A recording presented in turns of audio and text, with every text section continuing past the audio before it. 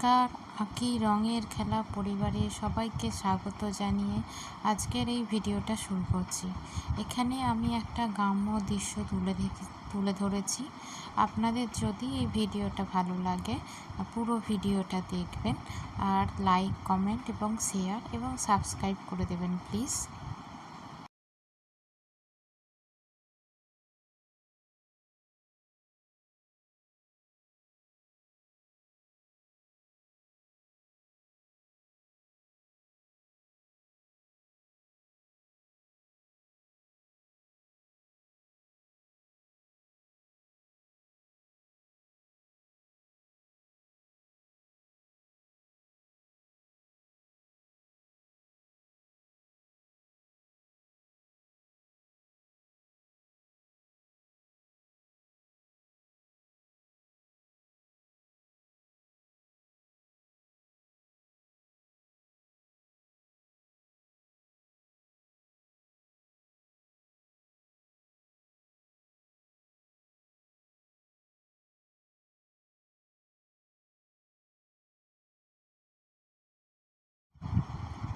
এই গ্রাম্য দৃশ্যের মধ্যে আপনারা প্রথমেই দেখতে পাচ্ছেন আমি একটা বাঁশ ঝাড় এঁকেছি। হ্যাঁ, তার পেছনে আপনারা গ্রাম্য দৃশ্যটা দেখতে পাবেন। পুরো ভিডিওটা দেখুন, আপনাদের নিশ্চয়ই ভালো লাগবে।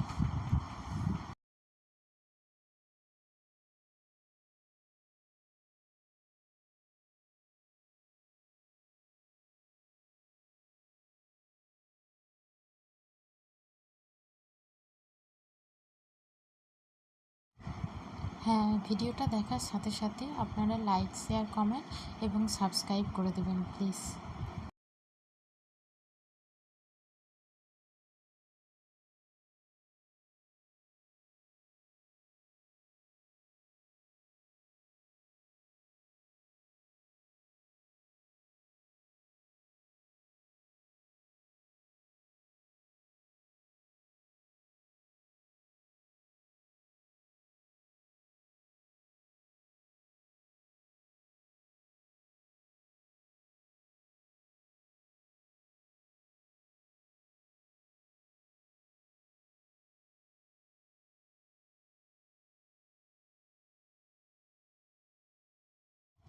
এখানে একটা বাঁশ ঝাড় এঁকেছি আমি।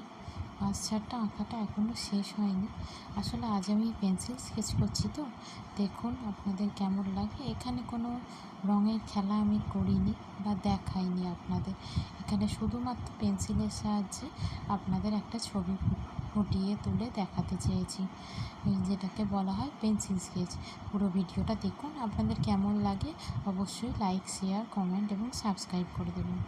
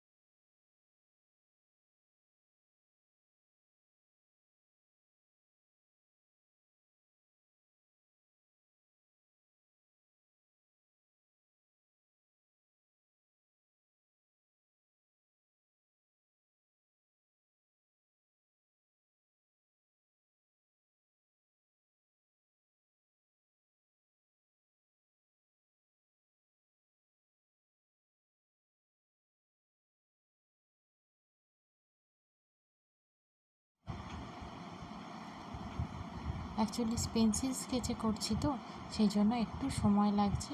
এটা সময় সাপেক্ষই জিনিস। আপনারা পুরো ভিডিওটা দেখবেন এবং আমি খুব ধীরে সুস্থে করে দেখিয়েছি। আপনারা পুরো ভিডিওটা দেখতে দেখতে আপনারা নিজেরাও ড্র করতে পারে। যদি কারোর মনে হয় যে এই পিকচারটা সে আঁকবে বা কপি করবে, অবশ্যই সে করতে পারে। এবং আমি সেই জন্যই বেশি স্পিডও বাড়াইনি, কিচ্ছু নয়, খুব নর্মাল স্পিডে রেখেছি, যাতে খুব স্বাভাবিকভাবে আপনারা দেখে দেখেই আঁকতে পারেন। যদি মনে হয় কেউ এটা দেখে আঁকবেন, অবশ্যই সেটা আঁকতে পারেন।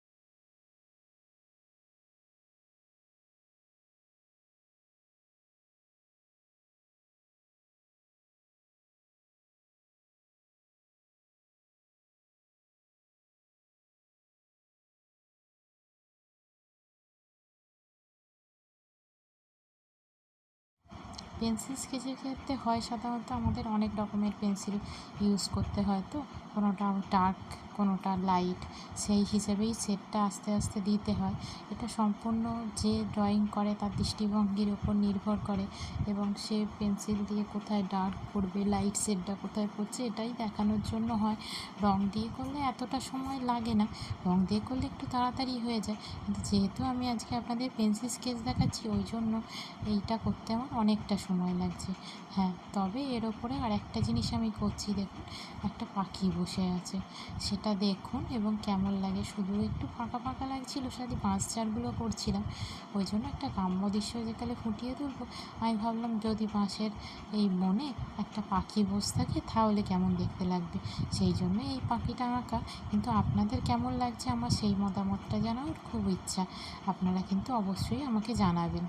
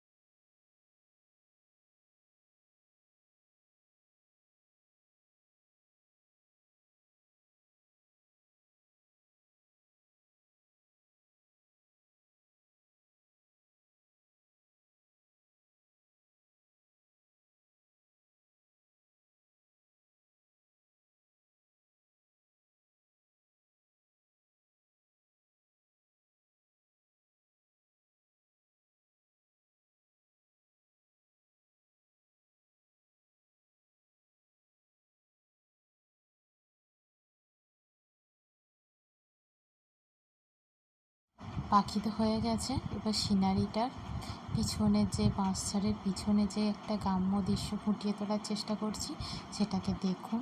এবং অবশ্যই আপনাদের যদি ভালো লাগে এই ছবিটা লাইক শেয়ার কমেন্ট এবং সাবস্ক্রাইব করে দেবেন।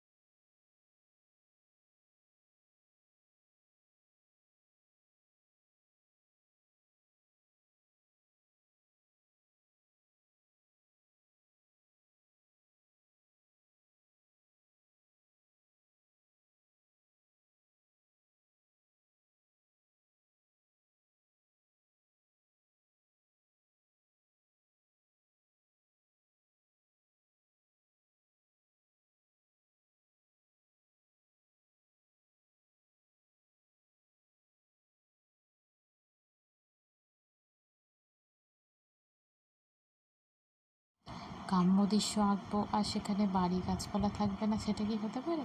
সেইটার জন্য এই পিছনের বাড়ির গাছপালা দিয়ে আমি ব্যাকগ্রাউন্ডটা সাজানোর চেষ্টা করেছি। আপনাদের কেমন লাগলো? হ্যাঁ, অবশ্যই আপনাদের যদি মনে হয় যে কিছু খামতি রয়ে গেছে, আরও কিছু হলে ভালো হতো, সেটাও আমায় কমেন্টে জানাতে পারেন। আমার এই ছোটোখাটো যদি কিছু ভুল হয়ে থাকে, আমি সেটা সংশোধন করে নেব।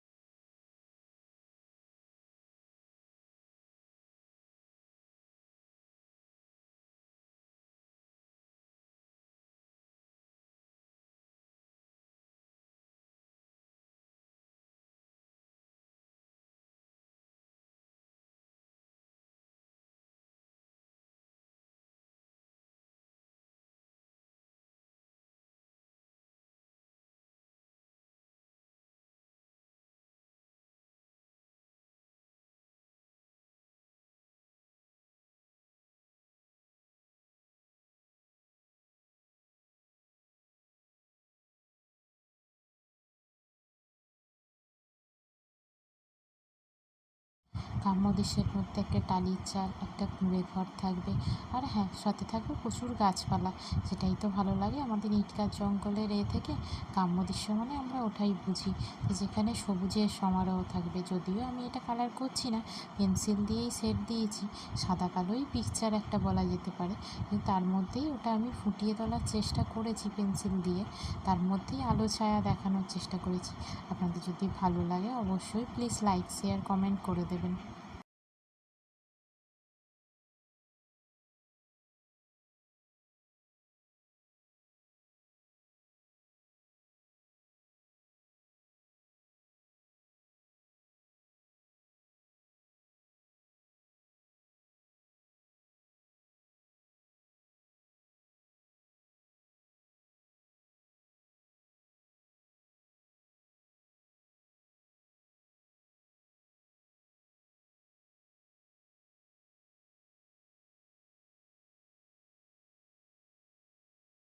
বাঁশবাগানের ফাঁকে এইটা করতে করতে আমার সে একটা গান মনে পড়ে গেল, জানেন তো? বাঁশবাগানের মাথার ওপর চাঁদ উঠেছে ওই, না না না, এটা চাঁদ নয়, এটা কিন্তু সূর্য। আমি দিনের বেলা ছবি তুলেছি, এই তপ্ত গরমের দিনে সূর্যকেই এঁকেছি, কারণ রাতের বেলা তো এত স্পষ্টভাবে গ্রাম্য দৃশ্য দেখা যায় না, তাই এটা সূর্য। দিনের প্রকৃতির ছবিটাই আমি তুলে ধরেছি স্পষ্টভাবে। দেখুন আপনাদের কেমন লাগে।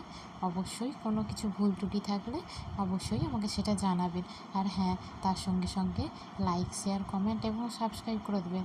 আমি চাই আপনাদের প্রত্যেকের মতামত জানতে, যারা আমার এই ছোট্ট পরিবারের সদস্য, এবং আমাকে সাহায্যও করবেন অবশ্যই, যেন আমার এই পরিবারটা বড় হয়।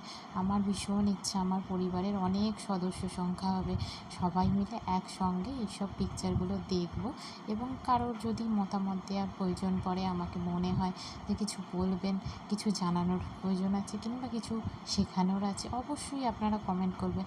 আমি সাদরে তাদের কমেন্টগুলোর উত্তর দেবো।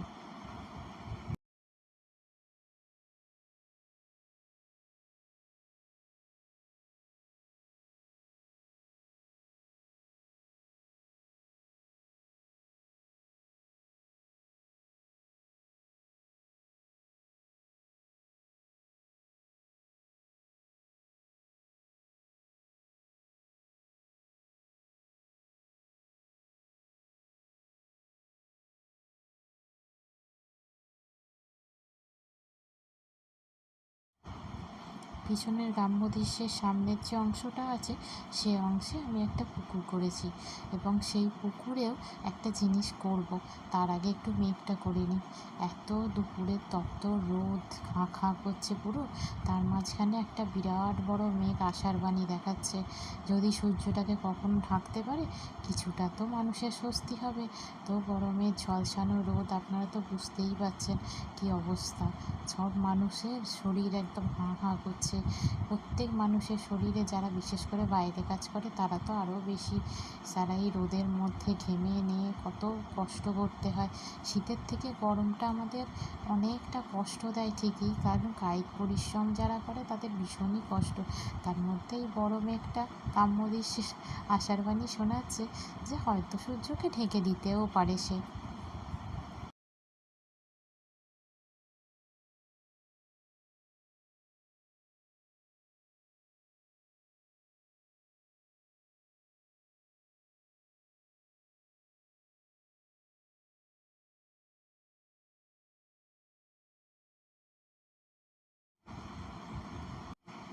এই বাঁশগুলো আমার পেন্সিল ঘষতে ঘষতে খালি মনে হচ্ছে আরও কিছু যেন বাকি আছে।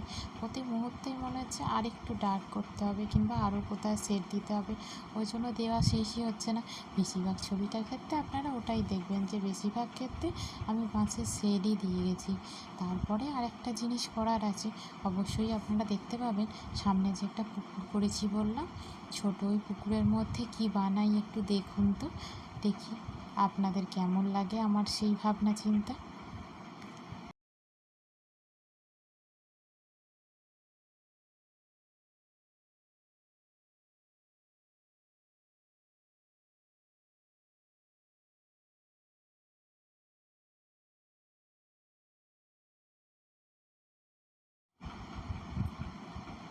এখনও কিন্তু আমি পুকুরে কিছু কাজ করিনি, সেই বাঁশের ওপরই সেট দিয়ে যাচ্ছি।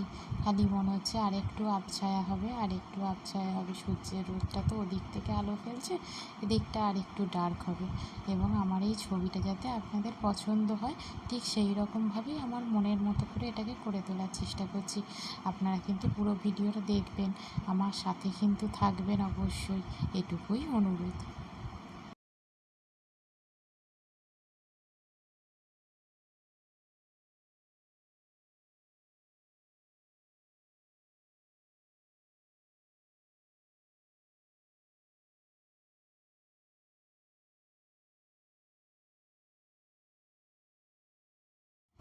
আপনারা আমার সাথে আছেন তো? এবারে দেখুন আমি জলের মধ্যে কী করি।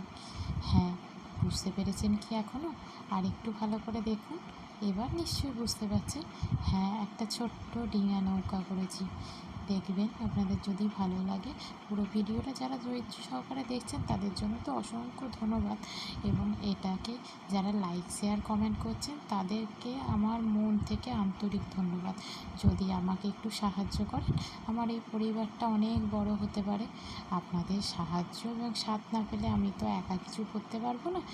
যা করতে পারবেন আপনারাই করতে পারবেন। ধন্যবাদ।